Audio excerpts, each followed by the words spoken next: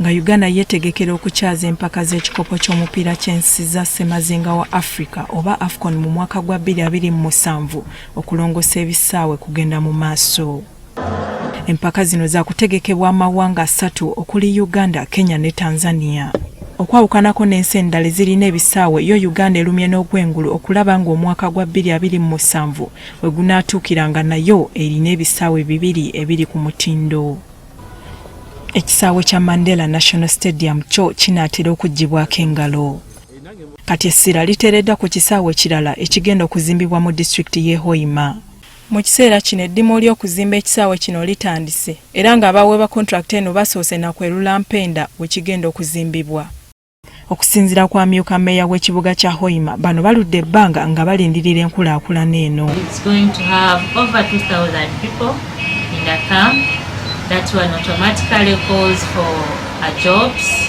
Ye omubaka wa Bugaya abaddewo okulaba ng'enteekateeka eno etandika nga bwe yalagirwa n'ategeeza ng'ensimbi ez'okuzimba ekisaawe kino bwe zaayisibwa Parliament ng'okuzimba kwe kubadde kuludde okutandika. Parliament already passed this money for the construction amounting to 30%, and it was equaling to 152 billion.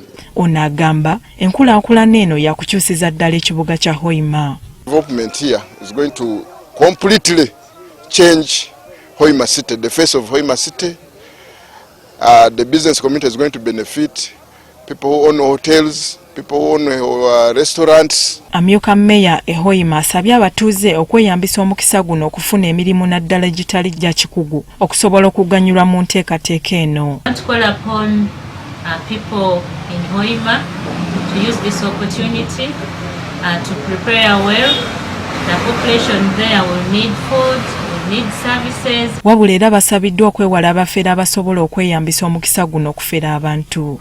Like 2 weeks back, some person came from Kampala and started registering a number of youth around this area, claiming that it's taking them to Kampala for training, so that there will be the security guards around the stadium. So the stadium has not even, they have just started on clearing the bush. Abantu b'omu kitundu kino basabiddwa okulaba nga bakolaganira wamu ne ba contractor okulaba nga eddimu lino liggwera mu budde obutuufu.